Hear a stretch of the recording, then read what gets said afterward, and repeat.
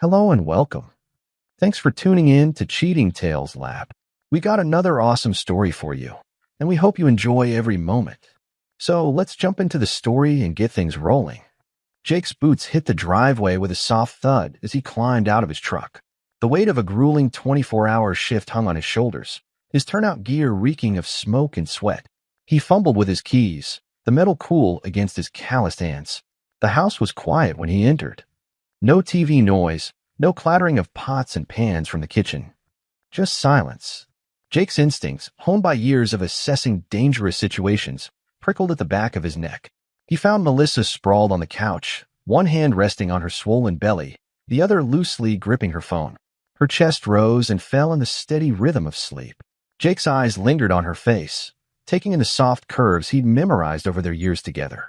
A pang of tenderness tugged his heart, quickly followed by a wave of exhaustion. As he turned to head upstairs, a faint buzz caught his attention. Melissa's phone screen lit up with a new message. Jake hesitated, his Boy Scout ethics warring with a nagging sense of unease that had been growing for weeks. The message preview was just visible. "Mom, I can't keep this up anymore. Jake's not the father.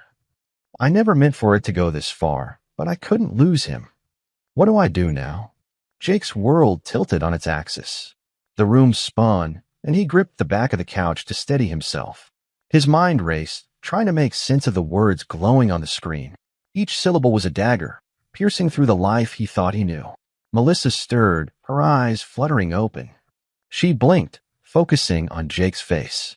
A slow smile spread across her lips, but it faltered as she registered his expression. "Jake, what's wrong?" Her voice was thick with sleep. He held up the phone, his hand trembling slightly. "Care to explain this?"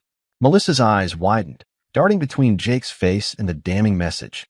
Her mouth opened and closed, no words coming out. "It's not.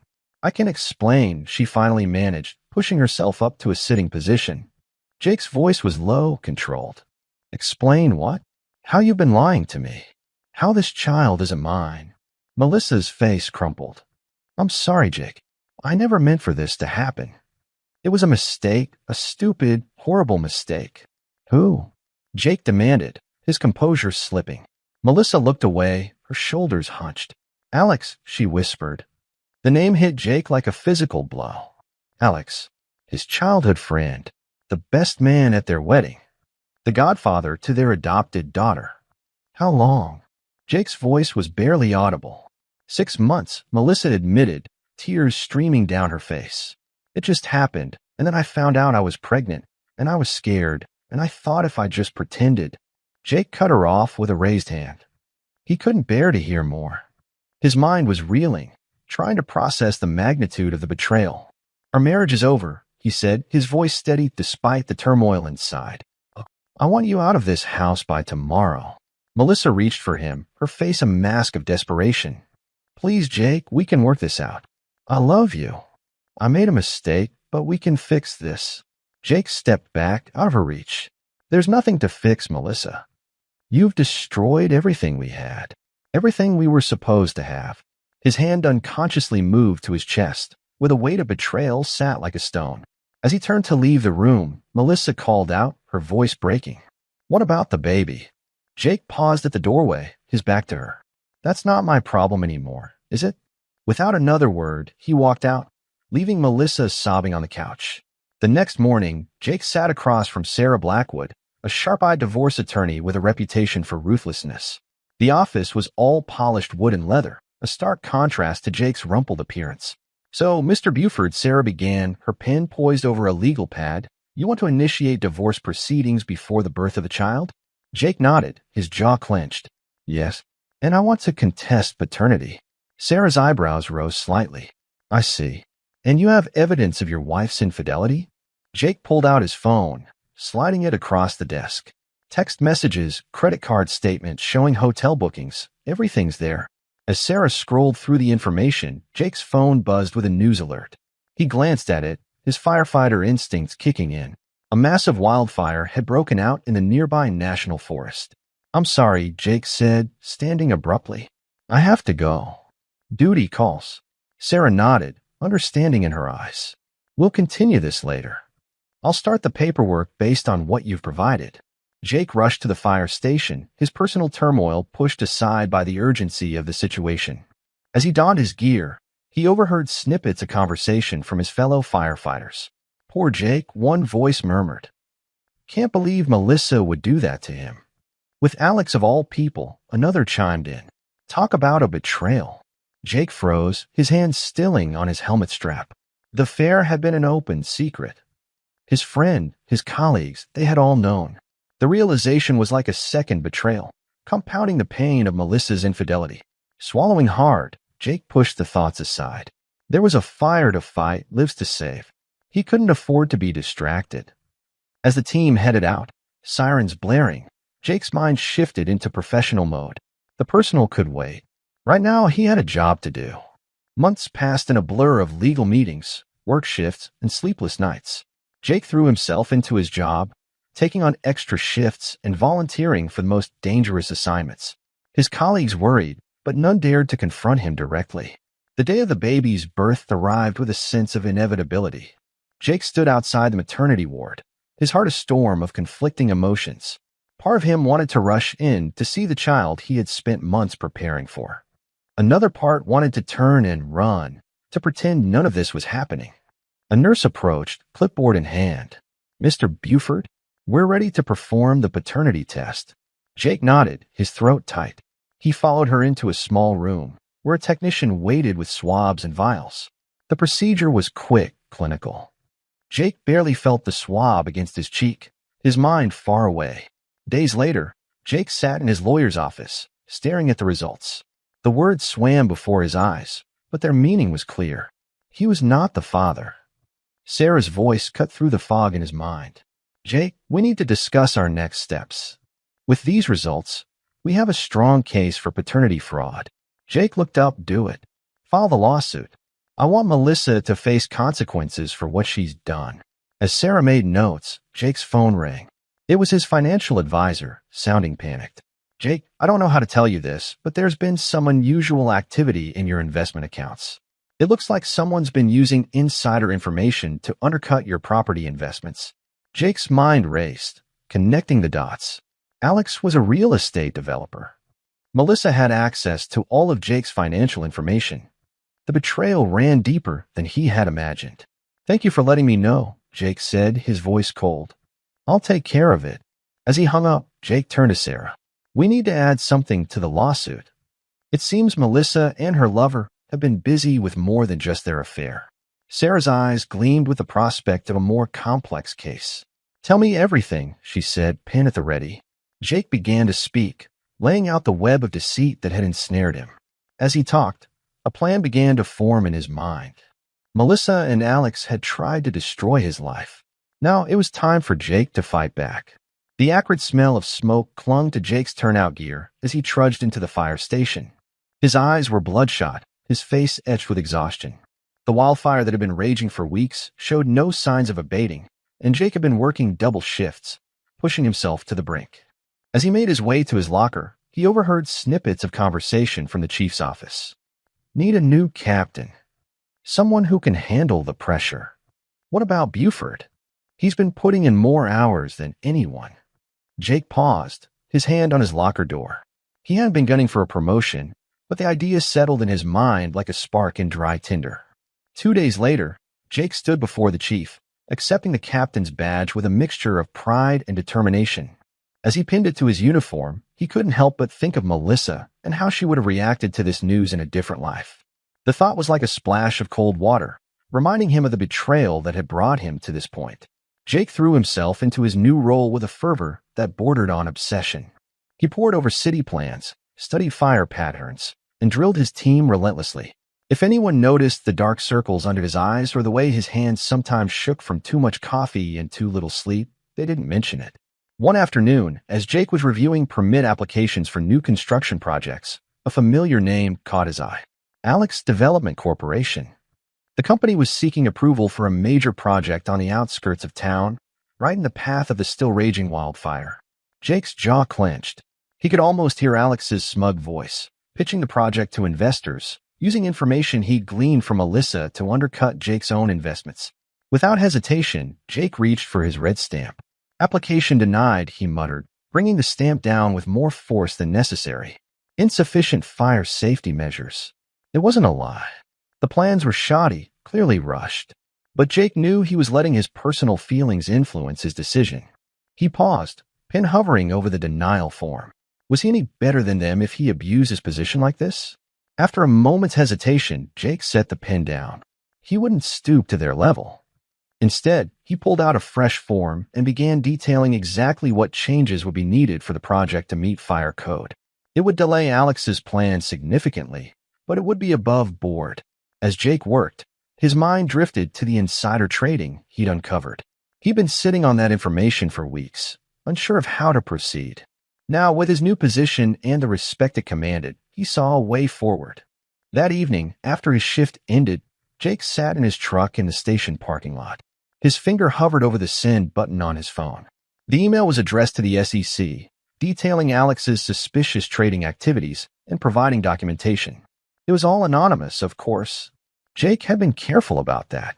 He took a deep breath and pressed send. As the email whooshed away, Jake felt a weight lift from his shoulders. He was fighting back, but he was doing it the right way. The next morning, as Jake drove to the station, he noticed the plume of smoke on the horizon had grown larger. The wildfire was creeping closer to town, an ever-present threat looming over everything. Jake's grip tightened on the steering wheel. He had a job to do, both as a firefighter and as a man seeking justice. And he'd be damned if he let either the fire or his personal demons win. Jake's phone buzzed insistently on his nightstand, pulling him from a fitful sleep. He glanced at the clock, 3:17 a.m. His heart rate spiked, anticipating bad news about the fire. But the name on the screen made his blood run cold for a different reason. Melissa. He let it ring, watching as the call went to voicemail. A moment later, a text appeared. Jake, please. We need to talk. It's important. Jake stared at the message, his mind a whirlwind of conflicting emotions. Part of him wanted to ignore it, to continue cutting Melissa out of his life. But another part, a part he hated, still cared. Before he could decide, another text came through. I'm outside. Please, just 5 minutes. Jake cursed under his breath. He threw on a t-shirt and jeans and made his way downstairs, steeling himself for whatever was to come. Melissa stood on his porch, looking small and vulnerable in the dim light. Her eyes were red-rimmed, her hair disheveled. For a moment, Jake felt a pang of concern, quickly followed by a wave of anger at his own weakness. What do you want, Melissa? His voice was gruff, sleep-addled, and annoyed. She flinched at his tone, but pressed on. Jake, I know I've hurt you. More than I can ever make, right? But please, I'm begging you, can we talk? I've ended things with Alex. For good this time. Jake's laugh was harsh, devoid of humor. And that's supposed to make everything okay? You lied to me, Melissa. You tried to pass off another man's child as mine. You betrayed everything we built together. Melissa's eyes welled with tears. I know, and I'm sorry. I was scared and stupid and selfish. But Jake, we have a history. We have Emma. Can't we try to work this out? For her sake, if nothing else. At the mention of their adopted daughter, Jake felt his resolve harden. Don't you dare use Emma as a bargaining chip. You lost that right when you decided to cheat. That's not what I meant, Melissa protested, reaching out as if to touch Jake's arm. He stepped back, out of reach. I could never trust you again, Melissa. Don't you understand that? Every word out of your mouth, every action, I'd always be wondering if it was another lie, another betrayal. Melissa's face crumpled. What can I do? Tell me what I can do to make this right. Jake shook his head. There's nothing you can do. It's over, Melissa. I've been documenting everything. Your affair, your erratic behavior, everything. I'm going for full custody of Emma. The color drained from Melissa's face. You can't do that. She's my daughter, too. I can and I will, Jake said, his voice low and determined. Emma deserves stability, not a mother who lies and cheats without remorse. Melissa's demeanor changed in an instant, her pleading expression morphing into one of anger and desperation. If you do this, I'll ruin you. I'll tell everyone what a cold, unfeeling bastard you are. How you pushed me into Alex's arms with your long hours and emotional distance. Jake felt a chill run down his spine at the venom in her voice. This was a side of Melissa he'd never seen before, and it only reinforced his decision. Go ahead, he said, his voice steady. Tell them whatever you want. The truth will come out in the end. He turned to go back inside, but Melissa's voice stopped him. This isn't over, Jake. You'll regret this. As he closed the door, Jake leaned against it, his heart pounding.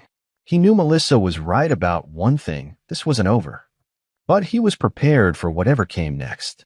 The courthouse loomed before Jake, its imposing facade a stark reminder of the battle he was about to face. The custody hearing for Emma was scheduled for today, and Jake felt the weight of it pressing down on him like a physical force. As he climbed the steps, he spotted a familiar figure waiting near the entrance. Sarah Blackwood, his attorney, cut an impressive figure in her tailored suit. Her expression was grim as Jake approached. We've got a problem, she said without preamble. Melissa's team is throwing everything they've got at us. They're painting you as an absent father, too dedicated to your job to be a proper parent. Jake's jaw clenched. That's rich, coming from a woman who cheated on her husband and tried to pass off another man's child as his. Sarah held up a hand. I know, and we'll counter that. But there's something else. We've uncovered some interesting information about Melissa's finances. Jake's eyebrows rose. What kind of information? Sarah glanced around, then lowered her voice. It seems Melissa has been embezzling funds from the charities she works for. We're talking substantial amounts over the past year. Jake felt a mix of shock and a sort of satisfaction. Can we use this?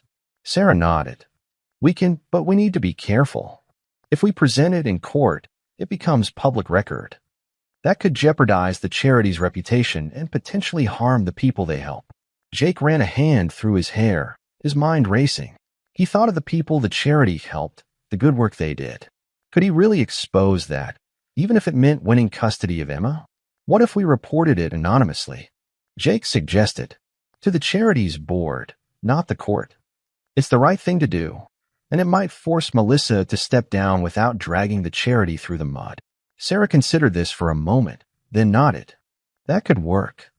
It would certainly strengthen our case if Melissa suddenly lost her job due to financial impropriety.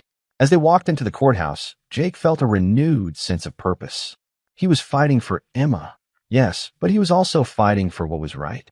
The hearing was grueling. Melissa's lawyers painted Jake as a workaholic, too busy fighting fires to be a proper father. They brought up the long hours, the missed school events, the times Jake had to cancel plans because of work emergencies. But Jake's team was prepared. They presented evidence of Jake's involvement in Emma's life, homework help over video calls during his night shifts, rearranged schedules to attend her dance recitals, the special daddy-daughter days he planned on his days off. As the judge called a recess, Jake stepped out into the hallway for some air. He was so lost in thought that he almost collided with someone rounding the corner. Watch where you're going, hero, a familiar voice sneered. Jake looked up to find Alex standing before him, a smirk playing on his lips. Jake's fists clenched at his sides, every muscle in his body tensing for a fight. What are you doing here, Alex? Jake managed to grind out. Alex's smirk widened. Just supporting a friend. Melissa needs all the help she can get, dealing with a vindictive ex like you. Jake barked out a laugh. Vindictive? That's rich. Coming from the man who slept with his best friend's wife, and then used insider information to try to ruin him financially. Alex's smirk faltered for a moment before he leaned in close, his voice low. Speaking of that, I've got a proposition for you. Drop this custody nonsense, forget about the insider trading, and there might be something in it for you. Say, a generous investment in your name? Jake couldn't believe what he was hearing. Was Alex really trying to bribe him? In a courthouse, no less? You're unbelievable, Jake said, shaking his head. Do you really think you can buy your way out of this? Alex shrugged, his confidence seemingly unshakable. Everyone has a price, Jake. Even Boy Scouts like you. Think about it. This could all go away.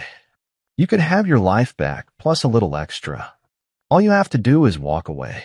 For a brief moment, Jake was tempted. Not by the money, but by the idea of this all being over. No more court battles. No more sleepless nights worrying about Emma's future. But then he thought of Melissa's betrayal, of Alex's smug face, of the life he'd built being torn apart by their actions. Not everyone has a price, Alex, Jake said, his voice steady. Some of us still believe in doing what's right. As Alex opened his mouth to respond, Jake held up a hand. This conversation is over. And for the record, I've recorded every word of it. Add attempted bribery to the list of charges you'll be facing. The color drained from Alex's face as Jake walked away, his phone clutched tightly in his hand. He hadn't actually been recording, but Alex didn't need to know that. As he rejoined Sarah outside the courtroom, Jake felt a renewed sense of determination. He was going to win this, not just for himself or for Emma, but for every person who'd ever been betrayed by someone they trusted. The acrid smell of smoke hung heavy in the air as Jake stood at the edge of town, his eyes fixed on the approaching wall of flames. The wildfire that had been raging for weeks had finally reached the town limits, its orange tendrils licking at the outskirts of the community he had sworn to protect. Jake's radio crackled to life. "Captain, we've got civilians trapped in the old mill on Maple Street. The fire's cutting off their escape route." Jake's jaw clenched. The old mill was a death trap, a relic from a bygone era that should have been torn down years ago. But there was no time for should-haves now. "Copy that," Jake responded, his voice steady despite the adrenaline coursing through his veins. "I'm on my way.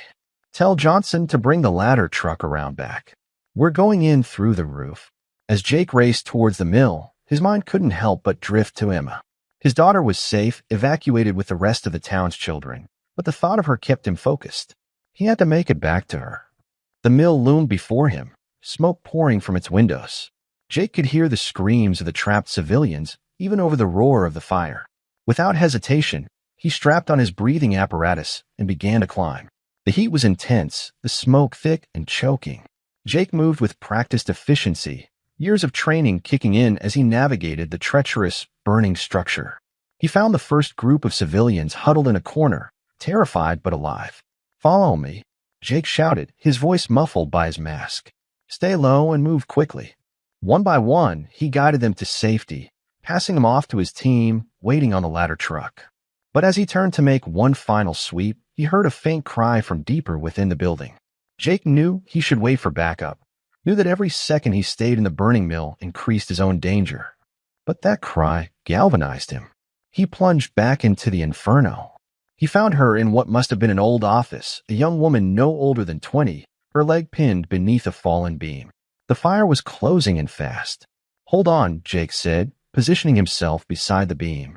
"This is going to hurt, but I need you to pull yourself free when I lift this, okay?" The woman nodded, tears streaking her soot-stained face. Jake gritted his teeth and heaved, muscles straining against the weight of the beam. For a moment, he thought he wouldn't be able to do it, that they'd both die here in this burning hell. But then the beam shifted, and the woman scrambled free. Jake scooped her into his arms and ran, the building groaning and creaking around them. They burst out onto the roof just as the floor gave way behind them, flames licking at their heels. As they were lowered to safety, cheers erupted from the gathered crowd. Jake barely heard them, focused only on getting the woman to the waiting ambulance. It wasn't until he felt a hand on his shoulder that he looked up. The fire chief stood there, a look of pride on his weathered face. "Damn fine work, Captain," he said. "You just saved a lot of lives today." Jake nodded, suddenly aware of how exhausted he was. But as he looked around at the grateful faces of those he'd rescued, at his team who had followed him into danger without hesitation, he felt a surge of something he hadn't experienced in a long time: hope. The local news crews descended on him like vultures, shoving microphones at his face and peppering him with questions. Jake answered as best he could, deflecting praise to his team and focusing on the importance of fire safety. As the adrenaline began to wear off, Jake couldn't help but think of Melissa and Alex. He wondered if they were watching, if they saw the man they had tried to destroy standing tall, a hero to the very community they had threatened to turn against him. But those thoughts were quickly pushed aside as the reality of the situation set in. The fire was still raging, and there was work to be done. Jake turned back to his team, ready to face whatever came next. Little did he know, across town Melissa and Alex were indeed watching. And they were plotting their next move. In the days that followed, Jake's face was plastered across every local news outlet. "Hero firefighter saves dozens in daring rescue," the headline screamed. Jake tried to avoid the attention, focusing instead on the ongoing efforts to contain the wildfire and protect the town. But the public adoration was impossible to ignore. People stopped him on the street to shake his hand or offer thanks. Local businesses put up signs praising the fire department, with Jake's name often singled out. It was during one of these encounters, as Jake was picking up coffee for his team, that he overheard a conversation that made his blood run cold. "Did you hear about that firefighter captain?" One woman whispered to another.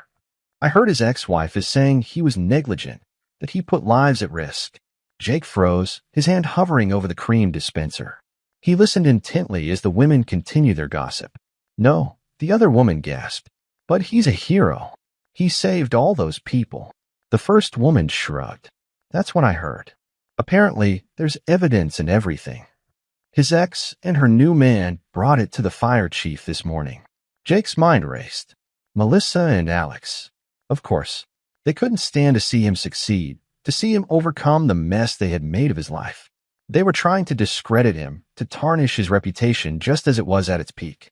He left the coffee shop in a daze, his mind whirling with possibilities. What kind of evidence could they have fabricated? And more importantly, how could he prove it was false? As he approached the fire station, he saw a cluster of his colleagues gathered outside, speaking in hushed tones. They fell silent as he approached, exchanging uncomfortable glances. "What's going on?" Jake asked, though he already had a sinking feeling he knew. One of the younger firefighters, a rookie named Tommy, stepped forward. "Cap, there's some people here from the department. They're asking questions about the mill fire." "About you?" Jake nodded, his jaw set. "Thanks, Tommy. I'll handle it." As he walked into the station, Jake steeled himself for what was to come. He had faced down raging infernos, had stared death in the face more times than he could count. He could handle whatever Melissa and Alex had thrown at him. Inside, he found the fire chief and two stern-looking men in suits. The chief's face was a mask of concern and disappointment. "Jake," he said, his voice heavy, "these gentlemen are from internal affairs. They have some questions about your conduct during the mill fire." Jake straightened his back, meeting their gazes squarely. "Of course," he said. "I'm an open book."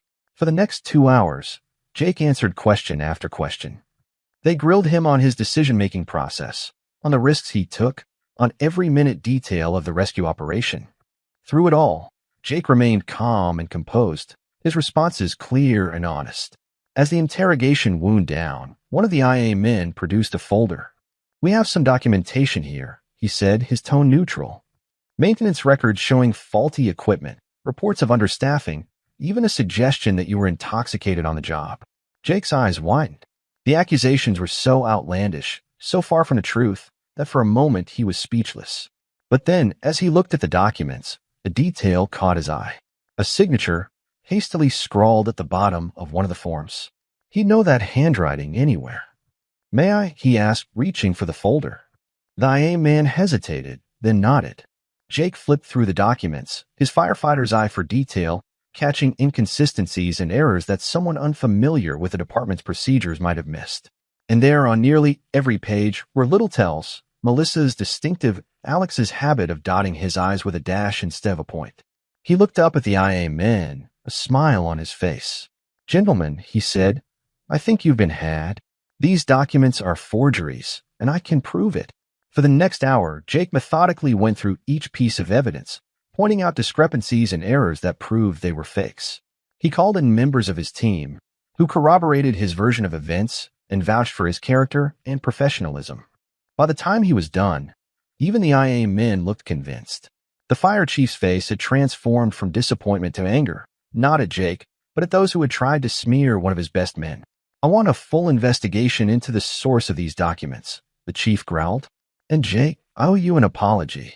We should have trusted you." Jake nodded, accepting the apology with grace. But inside, a fire of his own was burning. Melissa and Alex had crossed a line. They hadn't just attacked him personally this time. They had put his entire team, the whole department, under scrutiny. They had jeopardized the trust that the community placed in its firefighters. As he watched the IA men leave, their tails between their legs, Jake made a decision. It was time to end this, once and for all. He had been playing defense for too long. Now it was time to go on the offensive. The courthouse stood imposing and austere, its stone facade a silent witness to countless human dramas. Today, it would bear witness to the culmination of Jake's long struggle against betrayal and deceit. Jake straightened his tie, a gesture more of nervousness than vanity. Beside him, his lawyer, Sarah Blackwood, gave him a reassuring nod. "We've got this, Jake," she said, her voice low and confident. "The evidence is overwhelming." Jake nodded, but said nothing. He couldn't shake the feeling that Melissa and Alex had one last trick up their sleeves. They had proven time and again that they were willing to go to any lengths to destroy him. As they entered the courtroom, Jake's eyes immediately found Melissa and Alex. They sat on the opposite side, Melissa's face a mask of feigned innocence, Alex's set in a sneer of defiance. Jake felt a momentary surge of anger, quickly suppressed. He couldn't let emotion cloud his judgment now. The judge entered, and the proceedings began. Sarah presented their case methodically, laying out the evidence of Melissa's infidelity, paternity fraud, Alex's insider trading, and their recent attempt to discredit Jake with forged documents. Jake watched as Melissa's composure cracked, her eyes darting nervously around the room as the weight of her actions was laid bare. Alex, for his part, maintained his arrogant demeanor, but Jake could see the beads of sweat forming on his brow. When it came time for Jake to testify, he spoke clearly and calmly, recounting the betrayal he had suffered and the struggle to rebuild his life and protect his daughter. As he spoke about Emma, he saw a flicker of something, regret, shame, cross Melissa's face. The defense's case was weak, full of excuses and attempts to shift blame. Jake could see the judge's expression growing increasingly skeptical as Melissa and Alex's lawyer grasped at straws. Finally, after what felt like an eternity, the judge cleared his throat. Having reviewed all the evidence and testimony presented, "I'm prepared to render my decision," he began, his voice grave. Jake held his breath, his heart pounding in his chest. "In the matter of custody for the minor child, Emma Buford, I hereby grant full custody to the plaintiff, Jake Buford." A wave of relief washed over Jake. Emma was safe. She would be with him, away from the toxic influence of Melissa's betrayal. But the judge wasn't finished. Furthermore, in the matter of the paternity fraud lawsuit, I find in favor of the plaintiff. The defendant, Melissa Buford, is ordered to pay damages in the amount of $500,000. Jake heard Melissa's sharp intake of breath, saw her reach out to clutch Alex's arm. But the judge still wasn't done. "Lastly, I am referring the evidence of embezzlement and insider trading to the district attorney's office for further investigation and potential criminal charges." The courtroom erupted in murmurs. Jake sat still, almost unable to believe it was over. They had won. Not just won, but triumphed completely. As the judge's gavel fell, bringing the proceedings to a close, Jake finally allowed himself to smile. He turned to Sarah, shaking her hand firmly. "Thank you," he said, his voice thick with emotion. "For everything." Sarah smiled back. "You did the hard part, Jake. You stood strong in the face of it all. Now go be with your daughter." As Jake left the courthouse, he was met by a crowd of reporters, all clamoring for a statement. For a moment, he considered brushing past them, eager to get to Emma. But then he stopped, facing the cameras squarely. "Today, justice was served," he began, his voice steady. "But this isn't just about me. It's about every person who's ever been betrayed by someone they trusted. It's about standing up for what's right, no matter the cost." He paused, thinking of the long, hard road that had brought him to this point. "I'm grateful for the court's decision, but the real victory here is the truth coming to light. Now, if you'll excuse me, I have a daughter to hug." As Jake walked away, leaving the reporters calling questions behind him, he felt a weight lift from his shoulders. It wasn't just the legal battles that were over. He had faced his demons, had stared down the betrayal and pain, and had come out stronger. Later that evening, as Jake sat in his living room, Emma curled up asleep beside him. He thought about the future. The settlement money was substantial, more than he had ever expected. An idea began to form in his mind. The next morning, Jake made a call to his lawyer. "Sarah, I need your help setting something up," he said. "I want to use part of the settlement to start a support group for men who've been through similar situations. Paternity fraud, betrayal, false accusations. I want to help them fight back, to know they're not alone." Sarah's voice was warm with approval. "That's a wonderful idea, Jake. I'll get the paperwork started right away." As he hung up the phone, Jake felt a sense of purpose he hadn't experienced in a long time. He had won his battle, but there were others out there still fighting. He could help them, could use his experience to guide them through the darkness he had emerged from. For the first time in months, Jake allowed himself to truly relax. He had his daughter, his integrity, and a new mission. Melissa and Alex were facing the consequences of their actions. The future, which had seemed so bleak not long ago, now shone bright with possibility. Little did Jake know, the final act of this drama was yet to unfold.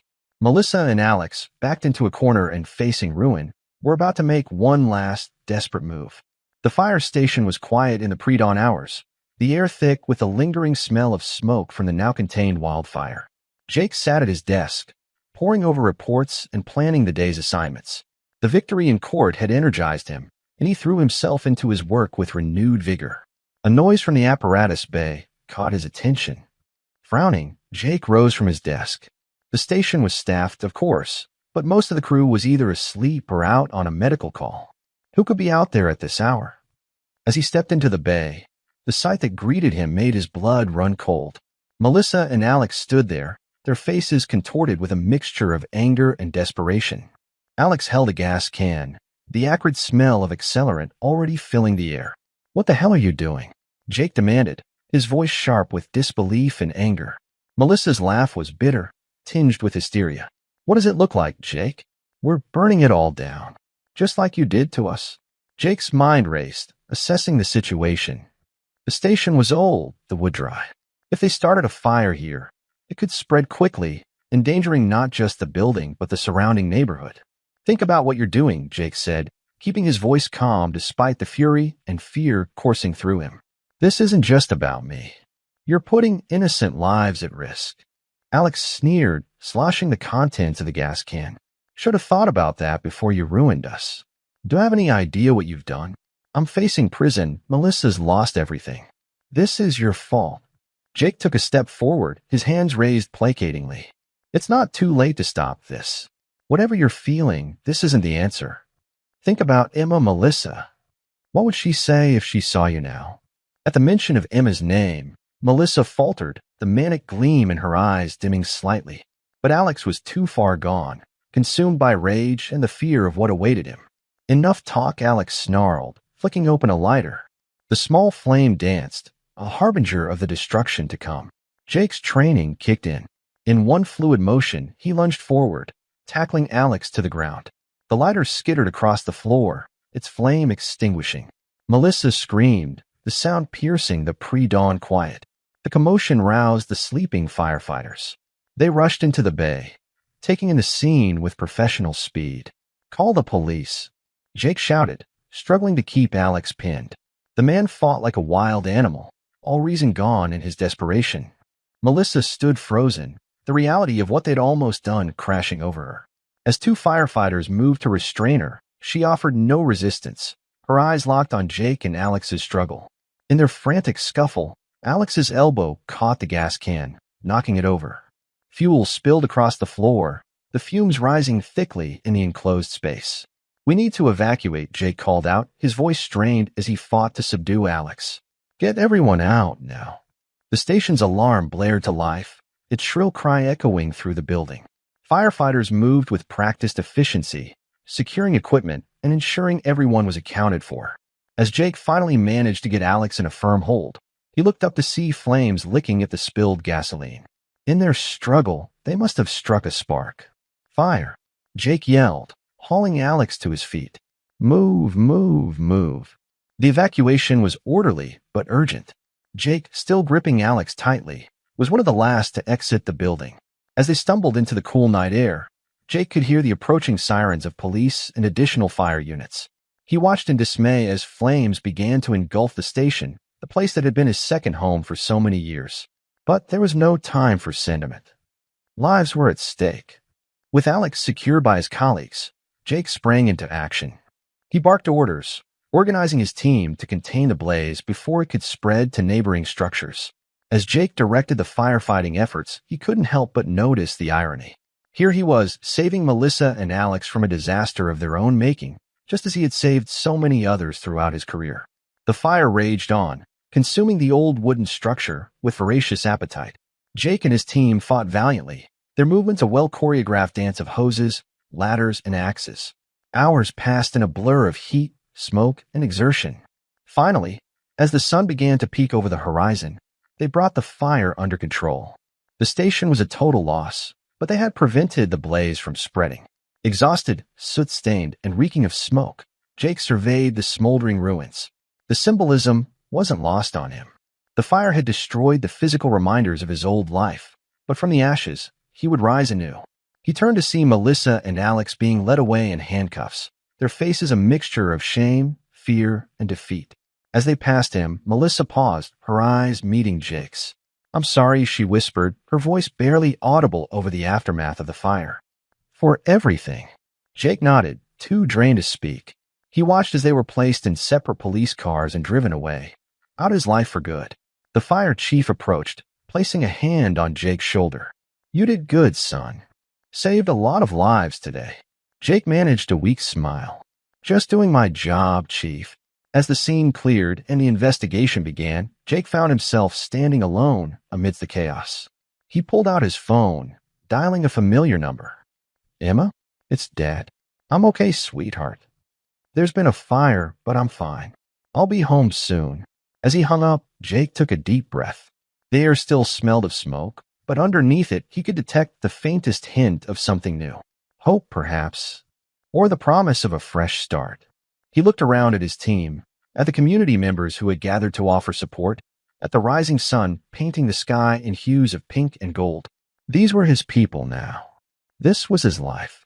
Jake straightened his shoulders, ready to face whatever came next. He had weathered betrayal, fought through adversity, and emerged stronger. The fire that Melissa and Alex had set, both literally and figuratively, had not consumed him. Instead, it had forged him anew. As he walked towards the gathered crowd, Jake felt a sense of peace settle over him. The long nightmare was finally over. He had his daughter, his integrity, and a community that stood behind him. The future, once so uncertain, now stretched before him full of possibility. Jake allowed himself a small smile. He was ready for whatever life had in store for him next. After all, he had faced the flames and emerged unscathed. Whatever challenges lay ahead, he would meet them head-on, with the same courage and determination that had brought him through this ordeal. The sun climbed higher in the sky, its warm light washing over the scene. As Jake began to coordinate the cleanup efforts, he knew that this was not an end, but a beginning. A new chapter in a life that had been tested by fire and found unbreakable. This is where our story comes to an end. Share your thoughts in the comment section. Thanks for your time. If you enjoy the story, please subscribe to this channel. Click on the video you see on the screen, and I will see you there.